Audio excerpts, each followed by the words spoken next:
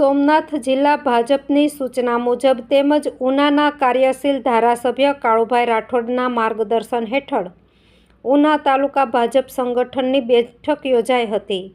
ત્યારબાદ ઉનાના ધારાસભ્ય કાર્યાલય ખાતે હર ઘર તિરંગા અંતર્ગત સરદાર વલ્લભભાઈ પટેલની પ્રતિમા પરિસરમાં સ્વચ્છતા અભિયાન તેમજ ફૂલહારથી અભિવાદન કરવામાં આવ્યું। ઉના નગરપાલિકા ભવન ખાતેથી લઈ અને ત્રિકોણબાગ સુધી તિરંગા યાત્રાનું આયોજન કરવામાં આવ્યું। આ સાથે ડૉક્ટર બાબા સાહેબ આંબેડકરની પ્રતિમાને ફૂલહારથી અભિવાદન કરવામાં આવ્યું હતું। હર ઘર તિરંગા અંતર્ગત તિરંગા વિતરણ કરવામાં આવ્યા હતા।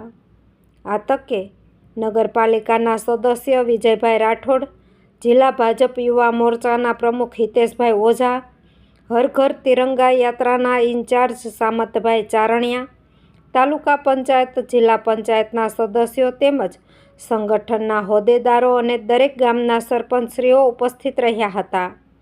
Good 24 news channel, reporter Haresh Dave, Una.